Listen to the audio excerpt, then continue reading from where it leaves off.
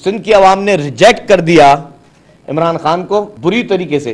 तारीखी शिकस्त पीटीआई को सिंध में नसीब हुई है। सिंध की आवाम ने इमरान खान को सिंध भर में बहुत बुरी तरीके से और तारीखी शिकस्त से हमकिनार करवाया है। सिंध की आवाम ने रिजेक्ट कर दिया इमरान खान को, उसके जाली बयानिए को, उसके इदारों के खिलाफ बयानिए को, उसको मुल्क के खिलाफ बयानिए को और तमाम सियासतदानों के खिलाफ जो भी उसने बयानिया, जो झूठा बयानिया था, उसको सिंध की आवाम ने मुस्तरद कर दिया। तो ये शुरुआत इंशाअल्लाह सिंध से है।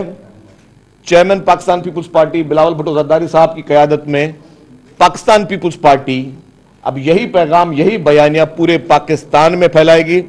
तो जिस तरह बुरी तरीके से तारीखी शिकस्त पीटीआई को सिंध में नसीब हुई है, इंशाअल्लाह ये ट्रेंड अब पूरे पाकिस्तान में चलेगा।